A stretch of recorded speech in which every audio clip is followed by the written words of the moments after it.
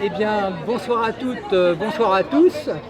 Jeudi 2 octobre 2025, l'émission Radar numéro 171, intitulée Peur, joie et sous-titrée Amour, haine.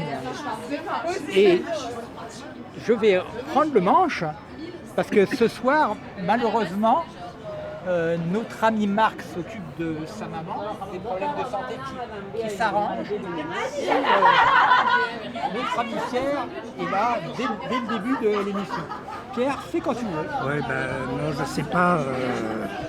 Je me pose des questions. Je ne sais pas si c'est utile de parler de quelque chose. Enfin, c'est pas tellement la question de parler de quelque chose, mais est-ce que de quoi on parle, voilà. C'est ça que j'ai du mal à. Voilà, par exemple, l'affiche, là, bon, j'ai rien à dire contre. Oui, non, je n'ai pas envie de la montrer, justement.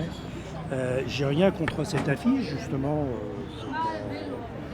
Bon, il faut comprendre le capitalisme, mais est-ce que ça a un sens de.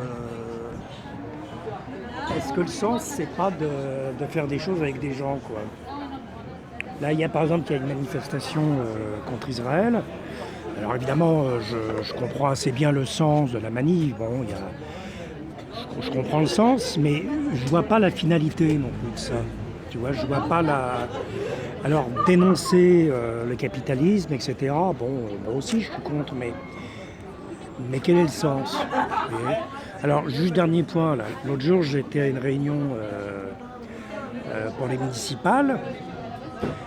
Et c'est pareil, bon, je me suis demandé, c'était pour les municipalités à Paris, là, et j'ai demandé pourquoi dans le programme des... Non, mais ça fait rien, ça n'entend pas. Dans le programme des candidats qui étaient présents, pourquoi la question du RSA n'était pas évoquée. Alors, c'est vrai que cette question n'a pas beaucoup de sens non plus. Mais la question de la campagne municipale, je ne comprenais pas le sens, quoi. Enfin, il y a des gens qui veulent être élus, là, pourquoi pas, je comprends. Mais le sens de tout ça, je ne le comprends pas, quoi. Voilà. Est-ce qu'il faut obligatoirement que les choses aient un sens, trouver un sens? On entend souvent les gens dire donner du sens. Est-ce que c'est pas une fausse question, une fausse problématique? Si, peut-être, mais dans ce cas-là, pourquoi parler du capitalisme d'Israël alors que c'est pas la question, à mon avis, ou même des retraites. Là, les gens, il y avait un mouvement social et bon, je comprends le point de vue. Voilà, il y a des histoires de retraite que je trouve assez légitimes. Mais à mon avis, c'est pas là le sens. Les gens manifestent pas pour ça. Même s'ils sont convaincus de manifester pour ça. Donc on peut parler de tout ou de rien. Hein. Je n'ai pas d'opinion là-dessus, mais je comprends pas, quoi. Voilà. Toi, tu comprends quelque chose ou... Je précise que nous ne sommes pas à la manifestation du Hamas, là. Hein. On est place de la République tout à fait par hasard. Enfin, je veux dire, c'est là qu'on se réunit tous les mois et vous êtes tout à fait conviés aux deux Jazets à ces débats citoyens que nous avons avec notre ami Nimo, avec notre ami Pierre. Et là, on posait une vraie question. Est-ce qu'on doit discuter? Et pourquoi? Mais je vais repasser la parole à Nimo.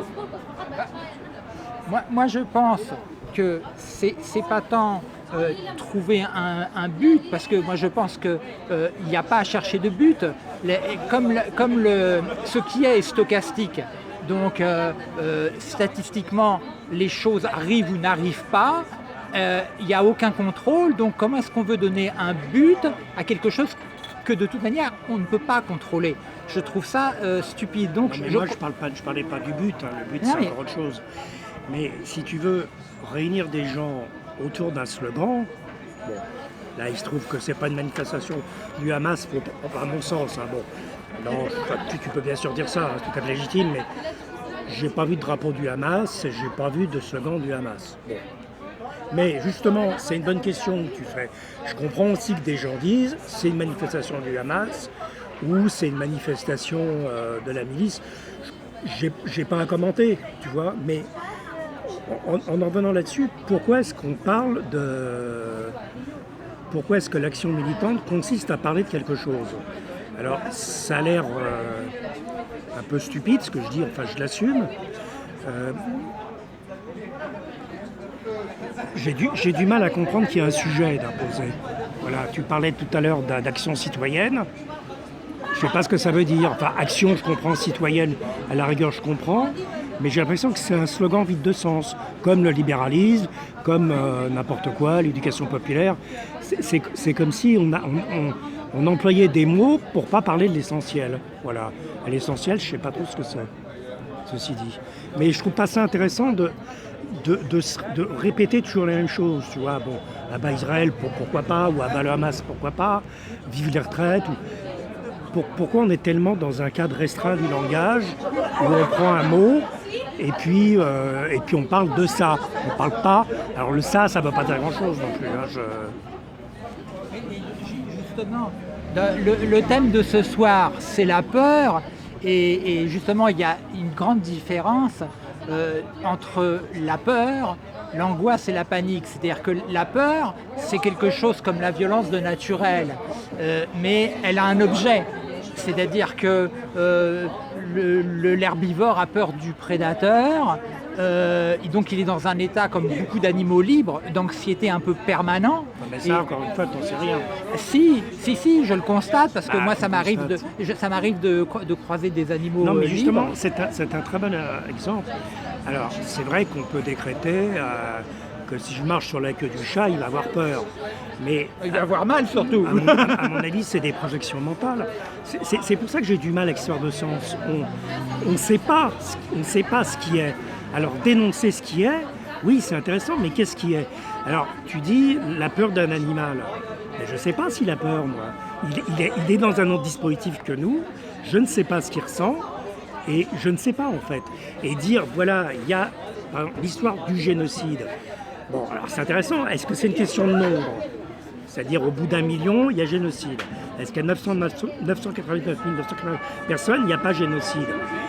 Voilà, on ne peut pas ressentir ce que ressentent les gens. On peut pas. Alors évidemment, ça ne veut pas dire que je suis pour l'armée ou pour Israël et pour la mort des gens. C'est pas ça que je veux dire. Mais tant qu'on ne parlera que de cela, c'est-à-dire de ce qu'on voit, de ce qu'on croit voir, à mon avis, ça ne... Je vois pas l'intérêt. On parle toujours de ce qui nous semble. C'est-à-dire, on ne peut jamais parler du réel parce que le réel est inconnaissable. Donc, les mots qui font référence à la mémoire, donc au connu, ne peuvent pas être utilisés pour l'inconnaissable. C'est pour ça que le vocabulaire, c'est un peu comme le langage mathématique. Quand il s'agit de décrire un comportement physique ou des lois chimiques, c'est complètement pertinent. Mais dès qu'il s'agit justement de rentrer dans l'infiniment complexe des rapports humains ou des rapports interespèces entre des formes vivantes qui sont de l'hypercomplexité, parce que c'est le troisième infini, c'est l'infiniment complexe, les mots ne valent plus rien parce que chacun a sa définition d'un mot. C'est-à-dire que moi, si je dis le mot table, chez Pierre Merezkowski, ça va évoquer quelque chose de différent que pour mon ami Fabrice David ou pour mon ami Bruno Coelho qui m'a dit qu'il allait arriver. Mais le mot lui-même ne peut pas transporter. Les mots eux-mêmes sont purement individuels, un petit peu comme les peurs. C'est-à-dire que l'arachnophobie, qui justement c'est une peur qui prend des proportions énormes par rapport au danger, donc c'est pour ça qu'on l'appelle phobie, et elle est conditionnée par la pensée. C'est-à-dire que c'est le vécu. Justement, alors cette histoire de phobie, pourquoi? Alors la phobie existe, je ne vais pas le nier, mais là où ça devient compliqué pour moi, j'essaie de préciser ma pensée bien sûr, hein, c'est pourquoi, bon, que ce soit sur Israël ou sur la phobie et tout, on ajoute tout de suite, c'est bien ou c'est pas bien, ou c'est une catastrophe ou c'est pas bien. Moi je ne sais pas, moi j'ai des crises de panique terribles l'année dernière, et maintenant je me dis que j'ai eu de la chance, paradoxalement, que ce qui m'a... Alors évidemment, je ne peux pas comparer ça avec ce qui se passe dans la bande de Gaza, etc. Voilà. Ou en Ukraine. Ou en Ukraine. Je ne veux pas qu'on me taxe de cela. Mais je veux dire, quel intérêt, encore une fois, de parler de choses qui existent Et surtout de se positionner en disant c'est bien. Je sais pas, à mon avis, c'est pas la. Ah bah, Ça ne sert à rien parce que on tu dit vois. pas c'est bien ou c'est Non, mal. non, parce que Ça je n'a pas de- lisais encore un extrait de Kundera Oui. et je pourrais m'arrêter là-dessus, qui est assez intéressant parce qu'il dit voilà, aujourd'hui c'est le Chili avec Pinochet. Le lendemain, ça sera les animaux. Enfin, il disait qu'il y avait une trace d'émotion qui succédait à une autre émotion. Oui. Donc aujourd'hui, c'est Israël. Bon, pourquoi pas. C'est les peurs collectives. Mais demain, ça sera peut-être les retraites. Après-demain, Ou à nouveau le Covid. je ne sais pas. Voilà. Alors, pourquoi nous, on doit, enfin nous, toi ou moi, hein, pour ça, quand on parle du capitalisme ou de je sais quoi, je vois pas l'intérêt en fait. Voilà. Ah bah, les choses n'ont pas d'intérêt. Moi, je pense que Oui, ce qui a de voilà. l'intérêt, c'est l'humour. C'est-à-dire que quand on voit le camembert éclater et qu'on s'aperçoit que chacune des légendes ne correspond pas aux couleurs du camembert, il y a à la fois la dénonciation, je dirais, de la pensée tableur, qui est la pensée du capitalisme. Ah, C'est-à-dire tu vois, moi, j'avais pas compris ça. on crée une image. C'est intéressant. Moi, déjà, j'avais vu qu'il y avait 4 parts et qu'il y avait 3, mais je n'avais Oui. pas le rapport entre les 4 et les 3. Et ben voilà. Parce que je suis pas quelqu'un de visuel et je. Alors, et bien, l'idée, c'est de bien se moquer justement de tous ces raccourcis, c'est-à-dire on veut visualiser quelque chose et essayer de faire comprendre quelque chose. C'est pour ça que j'ai marqué comprendre le capitalisme. On ne comprend pas le capitalisme. Par contre, on comprend effectivement qu'il n'a rien à voir avec le bonheur des populations, avec la justice sociale et avec le respect de la planète. Voilà. Et c'est une façon humoristique de. Mais pourquoi tu dis qu'il n'a rien à voir avec ça? Alors, je dis que Parce que non, je sais pas. C'est ça la question. Oui. C'est quoi le bonheur? C'est Alors, quoi le bonheur? justement, C'est quoi le respect? Alors, et c'est quoi la justice? Eh bien justement, ce sont des notions, Pourquoi pas d'ailleurs? ce sont des notions inconnaissables et ça, c'est un petit peu comme les mots poubelles, truc ou machin, chacun y met un petit peu ce qu'il Ouais, veut. alors donc quel intérêt Alors justement, l'intérêt, c'est de faire un peu ce que disait Jiddu Krishnamurti, c'est de s'appliquer à observer ces processus de pensée. Parce qu'en s'observant soi-même, on comprend les autres. Et justement, quand on voit que pour beaucoup de gens, le bonheur souvent est un but à atteindre, alors que dans la réalité, le bonheur, c'est le cheminement. C'est justement de ne pas avoir de but. Mais sérieusement, c'est une position intéressante ce que tu dis. Tu dis que les gens veulent avoir le bonheur, j'en sais rien, je suis pas sûr. Moi, c'est pas du tout le sentiment que j'ai. Tu vois, les manifestants aujourd'hui sur la place de la République pour Gaza, ils ne parlent pas de bonheur, ils parlent de droits, etc., de choses qui existent. Et en tout cas, les manifestations dites, le mouvement dit social, encore une fois, je respecte, je ne les ai jamais entendus parler de bonheur. Ils parlent de retraite, d'argent, de choses comme ça. Mais bonheur, non. Je n'ai jamais entendu parler de bonheur. Je n'ai jamais vu quelqu'un qui me parlait de ça. À part dans ma sphère privée. Et encore. Je ne sais pas si vous avez compris, mais ce soir, ça va être du lourd. On va poser les vraies questions. Alors allez vite vous chercher un petit cachet d'aspirine et on va rentrer dans le vif du sujet et nous repassons la parole à Nimo. Eh bien, je vais rentrer, je dirais, dans ce que je fais un petit peu classiquement, et je te remercie, Pierre, d'avoir introduit l'émission justement avec des questions judicieuses par rapport à l'éducation populaire au sens des mots et à savoir s'il y a des jugements à porter sur quoi ou qu'est-ce. Et donc j'y reviens, et c'est vrai que je voulais introduire cette émission par une citation de Gilles Deleuze. Les pouvoirs ont moins besoin de nous réprimer que de nous angoisser, ou comme le dit Virilio, qui est aussi un philosophe, d'administrer et d'organiser nos petites terreurs intimes. Alors moi je le dis dans cette émission, n'ayez pas peur, hein, cette émission Radar ne durera qu'une petite heure, et comme toutes les précédentes, elle n'aura pas vocation à administrer et organiser vos petites terreurs intimes. Alors, on attribue à Albert Einstein cette citation: la stupidité, c'est de faire toujours la même chose et de s'attendre à un résultat différent. L'administration et l'organisation politique et médiatique de nos petites terreurs intimes nous imposent régulièrement des non-choix électoraux avec un évident bon sens publicitaire de souche. Entre deux mots, il faut choisir le moindre.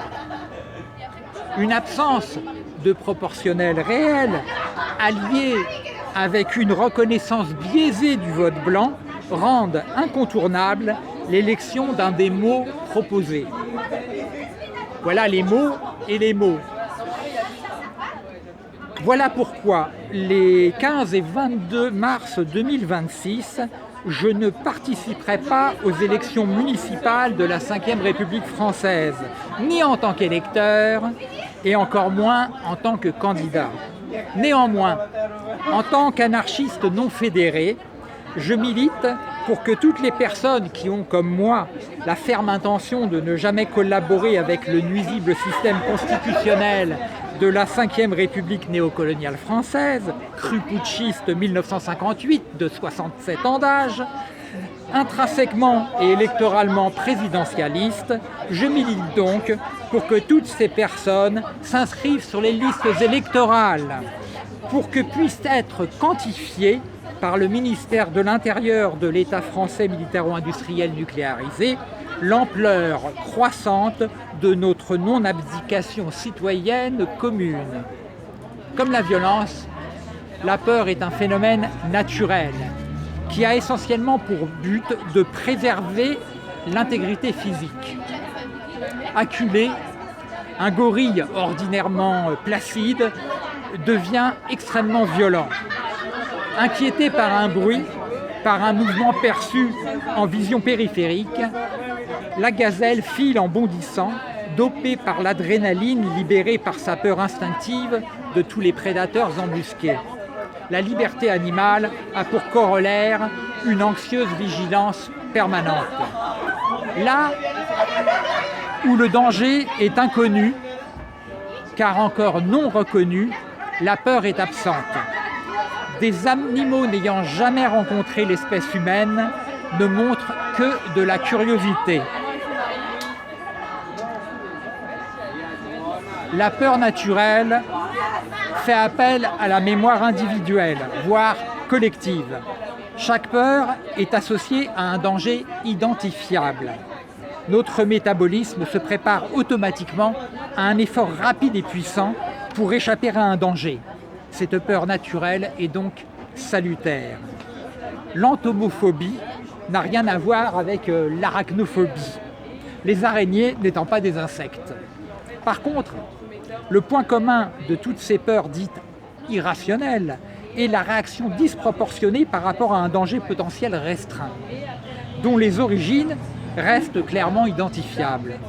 L'espèce humaine a donné des noms, des mots à toutes ces phobies, selon le principe anthropique de la pensée magique qui consiste à croire que nommer une chose nous donne un pouvoir de contrôle sur elle.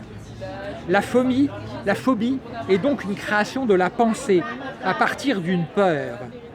C'est une création mentale, comme le sont l'illusion du contrôle et la pensée magique. La cause d'une phobie peut être artificielle, comme dans le cas de la bélénophobie, où sueur froide, palpitations, hyperventilation, chute de la tension artérielle peuvent conduire jusqu'à la perte de connaissance. Un jeune médecin compétent qui m'a soigné d'une maladie infantile préoccupante m'a épargné de la phobie des piqûres, cette fameuse bélénophobie. Par contre, j'ai pu avoir un aperçu des conséquences de cette phobie très répandue grâce à un des fils d'une ex-amie lors d'un rendez-vous médical auquel je l'accompagnais pour une simple vaccination obligatoire. L'animal dénaturé qu'est l'être humain vit donc avec ses peurs naturelles et ses phobies, dans des environnements de plus en plus artificialisés et policés. Chaque nouvelle découverte scientifique, chaque nouvelle application technique apporte avec elle son lot de nouveaux dangers, souvent invisibles et sournois, parfois brutaux et effrayants. L'anxiété, l'angoisse et la panique peuvent submerger les esprits les plus imaginatifs, les consciences les plus sensibles. Ces peurs n'ont plus de source évidente, voire d'événements déclencheurs clairement identifiables. La peur devient alors sa propre source, créant ainsi une dangereuse boucle cérébrale anxiogène qui semble, à l'être qui l'a subie, irréversible et définitive.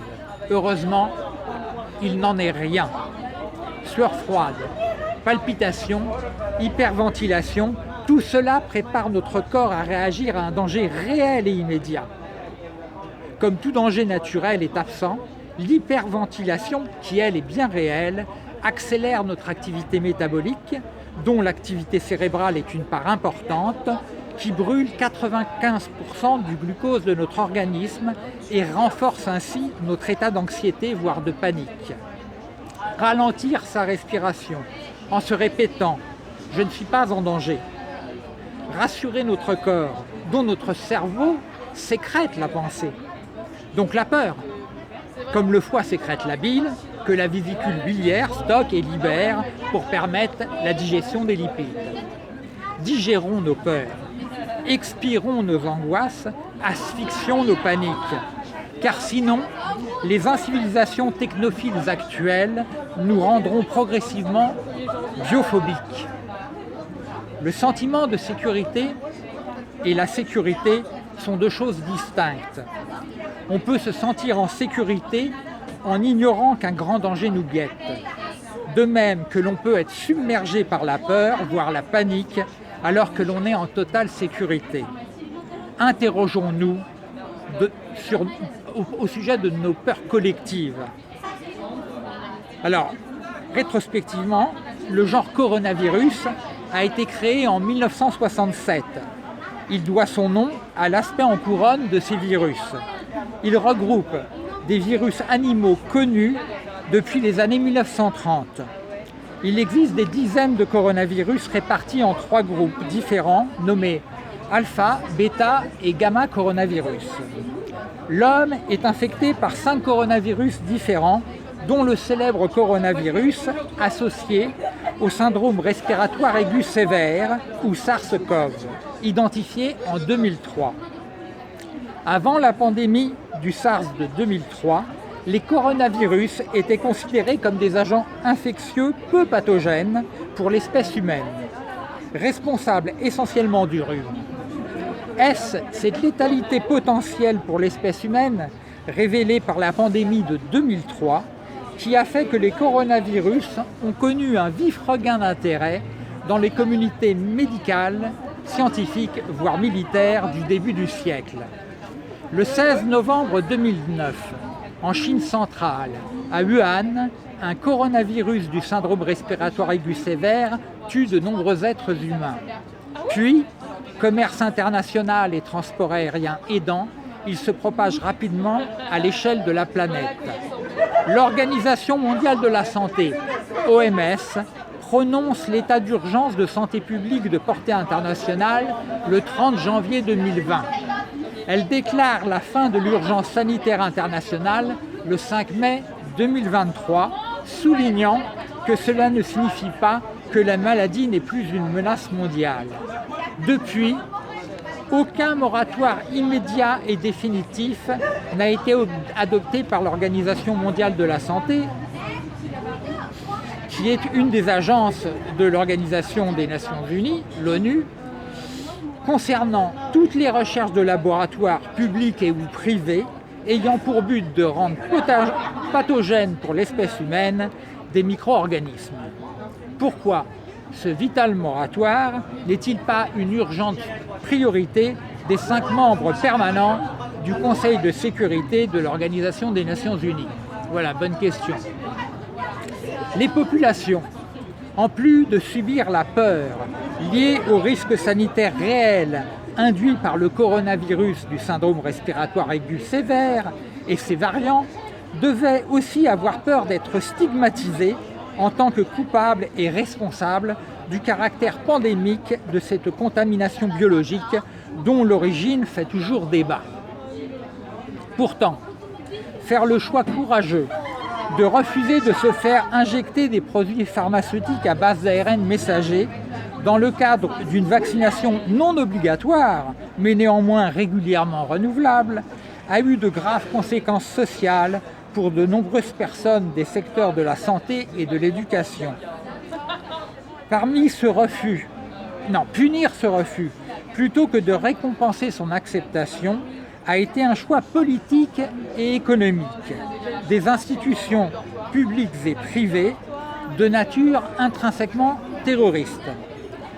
Le terrorisme n'étant que l'emploi politique de la peur, et cela au service exclusif des bilans comptables de grands groupes pharmaceutiques.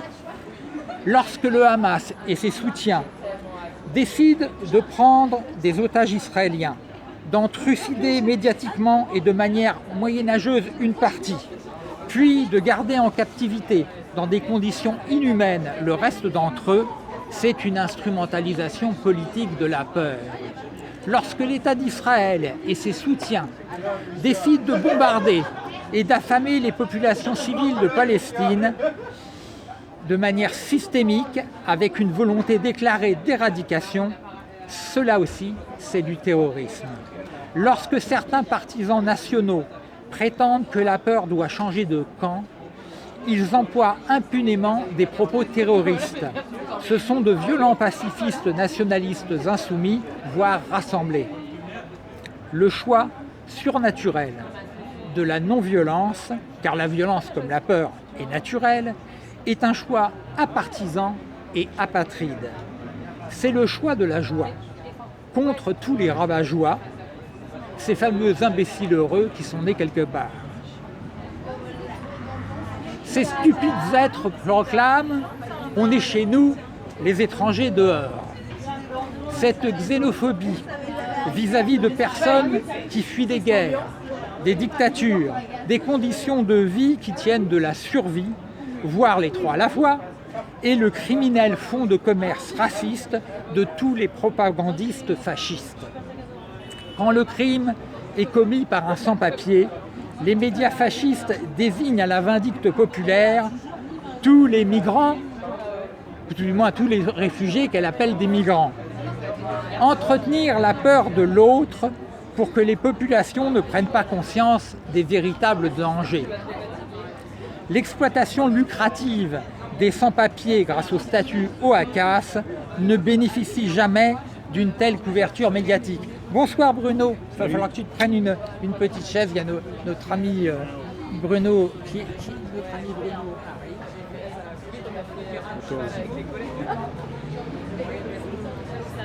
Je vais continuer. Je te laisse remplacer tout ça. Alors, en ce qui concerne le véritable et abominable péril permanent que représentent les abominables arsenaux thermonucléaires qui, en moins d'une demi-heure, peuvent caraméliser à point tous les cerveaux, qu'ils soient de souche ou non, cela ne suscite aucune peur médiatiquement agréée.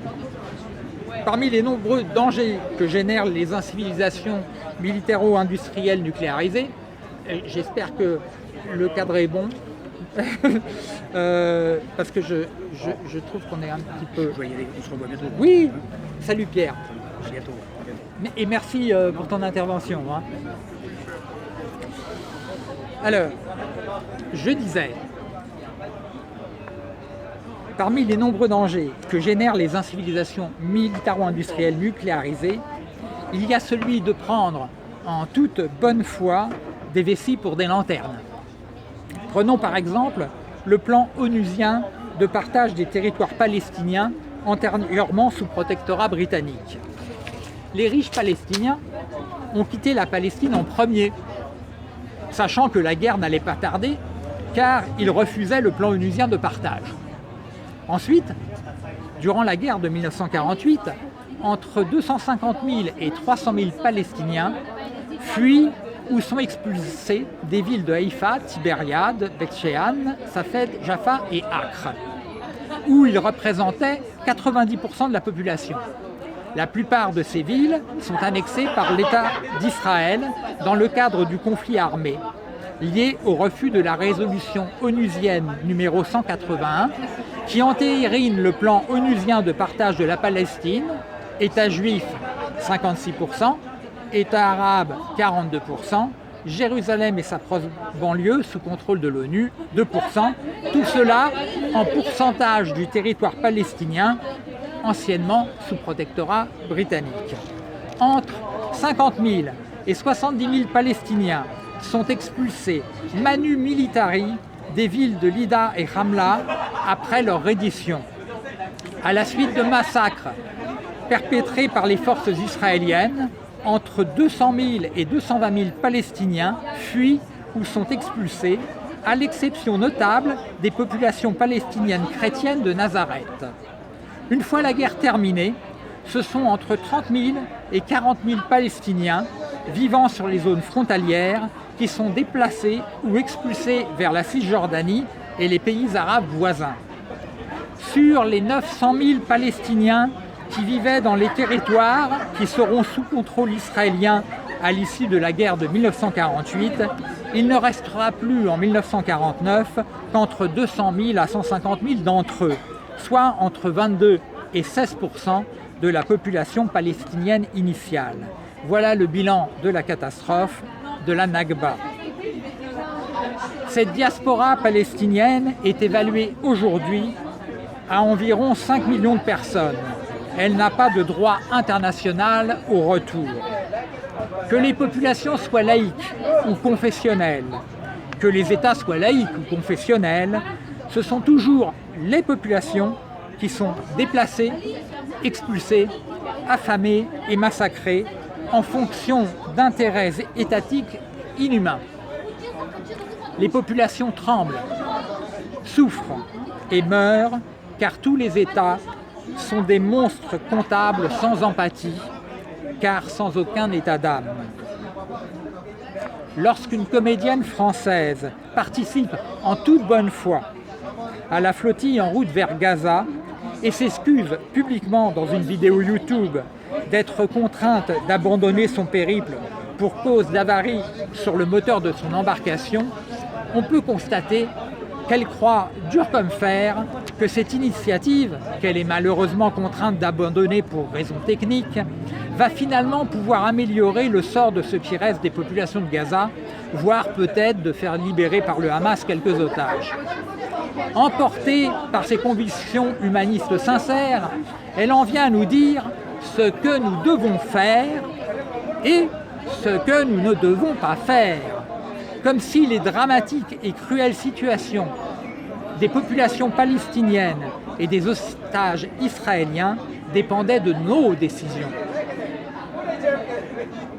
À cela, je réponds qu'il ne faut jamais perdre son sens de l'humour et surtout qu'il faut refuser de croire que l'Organisation des Nations Unies, qui fait légalement la promotion statutaire du nucléaire pour la santé, la prospérité et la paix dans le monde entier, à travers sa criminelle Agence internationale à l'énergie atomique, va envoyer des casques bleus, voire mettre en place un pont aérien vers Gaza, comme cela fut fait le 26 juin 1948 par l'US Air Force et la Royal Air Force pour approvisionner Berlin suite au criminel blocus soviétique. Cela ne fait malheureusement pas partie des priorités de l'ONU. Le Conseil de sécurité de l'Organisation des Nations Unies n'a strictement rien à foutre des populations, 2 milliards d'individus, qui n'ont pas accès à l'eau potable, voire de celles qui sont bombardées gracieusement en Ukraine ou contraintes au travail forcé dans la région chinoise autonome du Xinjiang par des États membres permanents de son Conseil de sécurité. In fine, cette initiative navale est avant tout une opération de communication pour entretenir l'idée anxiogène et fausse que ce que nous ferons ou ce que nous ne ferons pas pourrait nous exonérer de notre responsabilité et de notre culpabilité vis-à-vis des atroces conséquences sanitaires et sociales des profits réalisés par tous les marchands d'armes et des politiques militaristes nationales fascistes de tous les États-Nations Unis. N'ayez pas peur. Les coupables et les responsables sont celles et ceux qui espèrent tirer profit de ces crimes atroces. Ils ont des projets immobiliers sur tous les territoires ensanglantés. Fusil ou fer à béton, l'acier reste de l'acier. Ce sont ces mêmes criminels crapules qui font bombarder par des militaires fascistes des embarcations civiles dans les eaux internationales des Caraïbes, sous le prétexte de lutter contre les narcotrafiquants. Parce qu'ils ne sont pas aimables, ils ne sont pas aimés. Ils choisissent donc le camp terroriste de la peur et, comme tous les autocrates, ils préfèrent inspirer la crainte. Dans les faits, les populations sont réduites, dans le meilleur des cas, à être les variables d'ajustement consultatives de gouvernances gouvernementales et intergouvernementales gérées par des individus qui décident de tout à notre place. Même et surtout contre notre avis, fut-il référendaire, comme ce fut le cas le 29 mai 2005, car tenir compte de l'avis de personnes qui ne sont pas capables de comprendre une simple question reste pour tous les décideurs nul et non avenu. Approuvez-vous le projet de loi qui autorise la ratification du traité établissant une constitution pour l'Europe? Cet été 2025, grâce aux souches pourries nationales rassemblées, la chasse à la tourterelle des bois est de nouveau légalement autorisée. Est-ce parce que cette espèce protégée est migratrice plutôt que d'être endémique de souches nationales? Les souches pourries nationales rassemblées collaborent avec les criminelles exigences fascistes du grand patronat français. Et que font les souches pourries nationales insoumises pendant ce temps-là? Ils font des ronds dans l'eau, sur la mer au milieu des terres, en attendant les prochaines échéances électorales consultatives nationales, dans le strict respect des criminelles et obsolètes institutions françaises. Qui a peur d'une grande grève générale interprofessionnelle reconductible pour les 90 printemps des grèves de la joie de 1936? Eh bien, je pense que ceux qui ont peur, ce sont les gens du MEDEF. C'est le petit morpion républicain, alias le petit cron, aka Emmanuel Les Borgneurs, voire le père Hubert, mais aussi l'ensemble de la classe politique nationale française, légaliste et présidentialiste, ainsi que leurs accompagnateurs syndicaux, qui ont négocié la réforme des retraites lorsque les populations en exigeaient majoritairement le retrait. Si cette perspective d'une grande grève générale interprofessionnelle reconductible vous met en joie, alors préparons-la ensemble pour de joyeuses grèves au printemps 2026. Exigeons les dissolutions du Conseil national de l'ordre des médecins, du MEDEF, de la FNSEA, du CEA, de la DGA, l'abolition du salariat, la fin du nucléaire, la sortie du tout bagnole et du tout électrique, un revenu de base pour toutes et tous, à la condition qu'il soit indexé sur un revenu sommet, des cotisations santé et retraite prélevées sur toutes les richesses produites grâce à la robotisation assistée par programmation neuronale, la fin du présidentialisme, la fin des professionnels de la politique, créons des comités citoyens locaux dans toutes les communes pour une politique respectueuse des équilibres naturels, la fin des armées, une défense et une sécurité civile gérées par des comités civils locaux en réseau, pour travailler beaucoup moins, pour vivre beaucoup mieux. Voilà, et je vais vous dire, avant de conclure cette émission courte, à moins que notre ami Bruno veuille intervenir. Non, Bruno ne veut pas intervenir. Eh bien, n'oubliez pas notre prochain rendez-vous mensuel, tourné en direct. Eh bien, on sera le jeudi 6 novembre 2025. Ce sera la 172e émission Radar, qui sera bien sûr diffusée en différé dès le 7 novembre 2025 sur nos pages Radar Facebook et YouTube. Je vais vous dire bonsoir à toutes et bonsoir à tous, à moins que mon ami Fabrice David veuille lui-même conclure cette émission. Voilà, parce qu'on ne l'a pas entendu. À vous, Cognac G. C'est tout.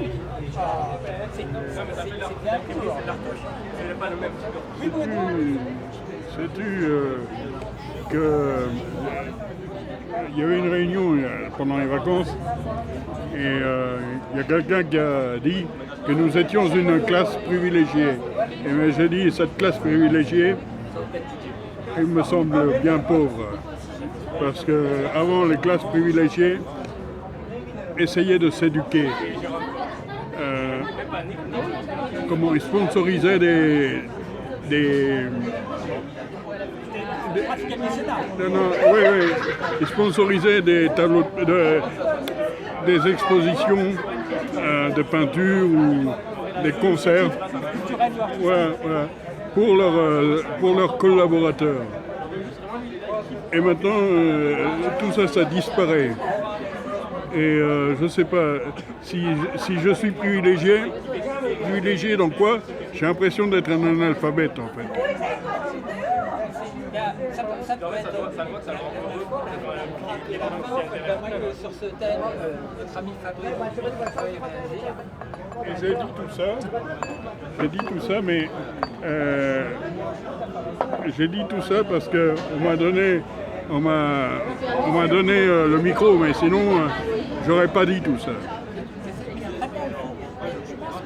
Le but des émissions radar, c'est justement la liberté d'expression. Exactement. Mais je ne parle pas de radar. Et je suis d'accord avec vous. Je ne parle pas de radar. Ces gens-là ne connaissent pas radar. On ne fait pas de prosélytisme. Ben justement, ils ne connaissent pas radar. Je suis d'accord avec S'ils Nimo. connaissaient- oui, Le capitalisme est le pire des régimes, à l'exception de tous les autres. S'ils connaissaient radar, ils auraient peur. Oui, ils auraient peur parce que tout ce qu'ils disent, ça tomberait à l'eau, quoi. À l'eau ou à l'aube, je ne sais pas. Ou les deux.